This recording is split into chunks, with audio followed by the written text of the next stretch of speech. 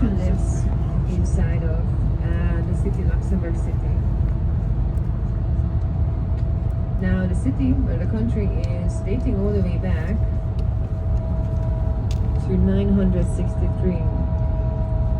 Count Siegfried of Ardennes acquired a small fort called Luxembourg. It means little castle in Luxembourgish, on a rock outcrop that was the place where we are heading right now. That was basically the basis of the city of Luxembourg. This date is seen as the birth of Luxembourg. Now that it was 963. And the fort actually grew into a stronghold, attracting settlers and merchants. In the Middle Ages, Luxembourg became a county, then also a duchy in 1354. And the House of Luxembourg produced 4 Holy Roman Empires, including Charles IV, showing its power in Europe.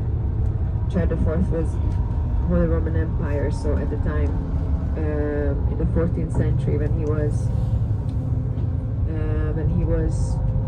the king of the Holy Roman Empire, he was basically a king of Prague and most of Europe. So wherever you go in Europe, you will see traces of Charles IV from the 14th century, because he has built lots of great bridges and castles and made his empire at the time the most powerful one. Now, the city is also extremely strategically located, not just the city but the country itself, really. Luxembourg, between France, Germany and the Low Countries. Luxembourg was often very contested, so both Germany and France were trying to put their hands on the territories of Luxembourg. And from the 1500s, Luxembourg passed between European powers, Burgundy, Spain, Austria, France, Russia, and its capital was also one of Europe's strongest fortresses, earning the name Gibraltar of the North. Now in 1815, after Napoleonic Wars, Luxembourg became a Grand Duchy under the King of the Netherlands, but with a Prussian garrison in its fortress. Now in 1839, it's a very important date here in Luxembourg. That was the Treaty of London split Luxembourg. The western half went to Belgium, and the eastern half remained the Grand Duchy of Luxembourg. And this treaty recognized Luxembourg as an independent state the very first time in its existence. In 1867, that was the second Treaty of London that declared Luxembourg permanently neutral and ordered the dismantling of its fortress. Now, Luxembourg was occupied by Germany both the First and the Second World War, despite it actually was trying to be neutral. That didn't happen. Now, it was liberated by the Allied forces in 1944, and in 1948 abandoned neutrality and joined the NATO. It was also basically a founding member of NATO, and also a founding member of the European Coal and Steel Community, and later the European Union. Later on became a constitutional monarchy under the Grand Duke and Grand Duchess. Even today they have a royal family, they have a Duke and a Duchess, and they also have a royal palace. Now we're going to see the palace, and a little walking tour. I'm going to walk you by the palace. In the free time, you can go there and take all the photos. And that is actually the current residence of the ducal family, but they're actually mainly using it for like different kind of like I forgot the name, sorry guys. They're using it for events, yeah. all sorts of events, private events, also some celebrations if there's anything happening in the country. But quite interesting that the palace is right in the middle of the city, so everybody just can walk by. And it is protected. They have guards around the palace, but not very heavily protected, to be honest. But Luxembourg is also one of the safer places, very, very small or low crime rates in the city and country. And it's also a very rich country. Now, the economy of Luxembourg is also heavily relying on, well, first of all, on tourism, definitely.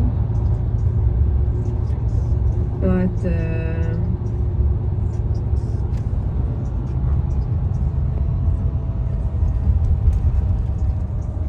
also they had lots of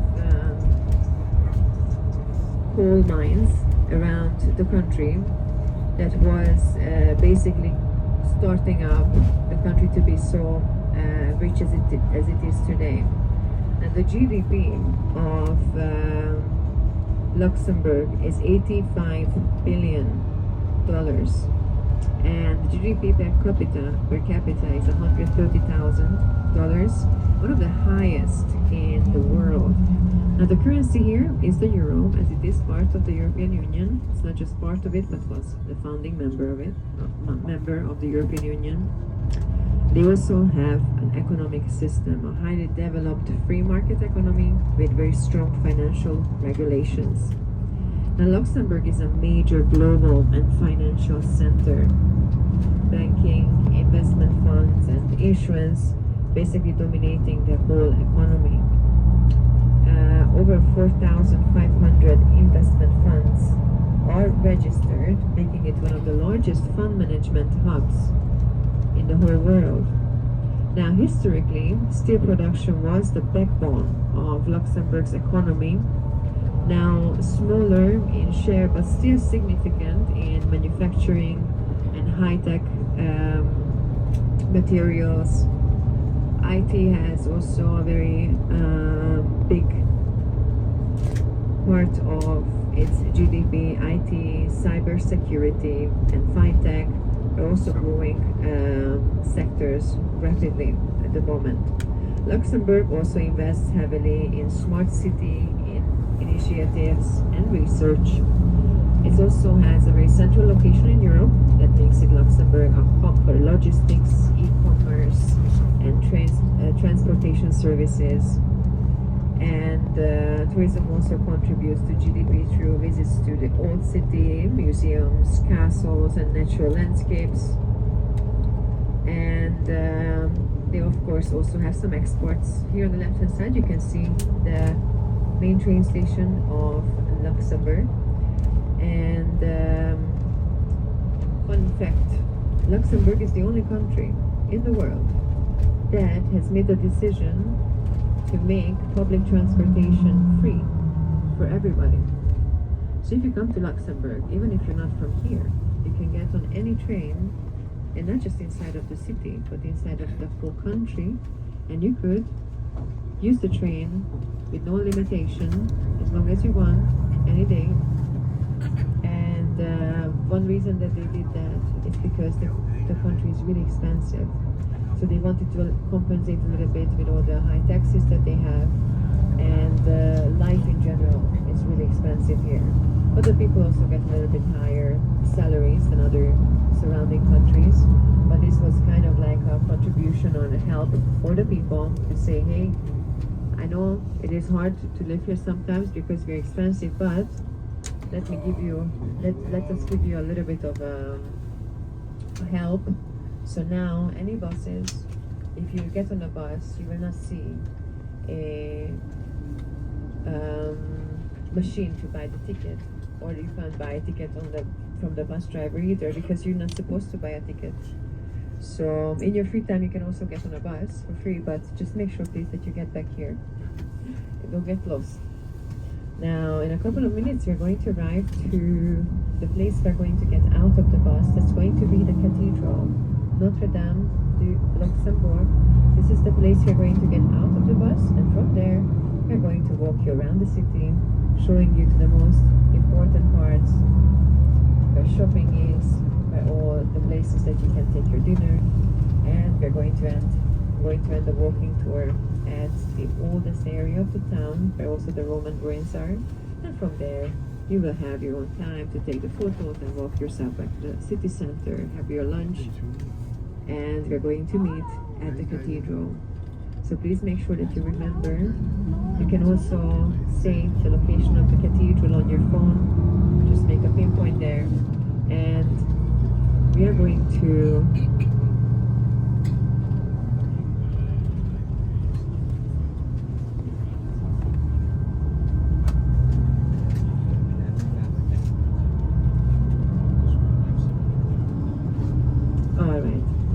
So the time of our meeting is going to be 6:45 at the cathedral, but I would like to kindly ask all of you to be on time. It's very important because we're going to get picked up at a place that is not an official pickup place, and the bus cannot stay there long.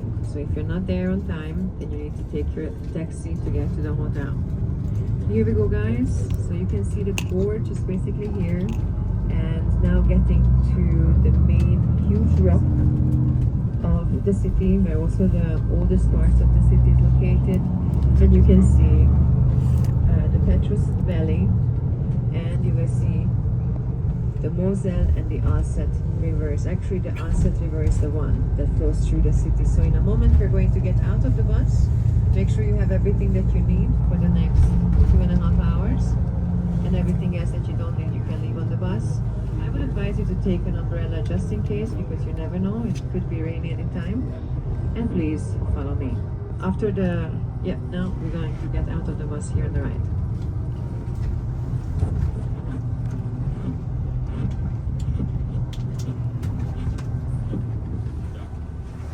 Các cô chú, các anh chị đoàn chúng ta chú ý mình sẽ xuống đây nhé. Và chúng ta sẽ hẹn nhau, chúng ta trở lại chỗ này 6:45. Nhà mình nhớ đúng giờ cho em, bởi vì là xe của mình sẽ không đỗ ở đâu đâu được. Chỗ này là bến xe buýt. 6:45 chúng ta sẽ có mặt tại đây và chúng ta cùng trở lại đây. Thì chúng ta tách khỏi đoàn với anh và mọi người đi cùng với em.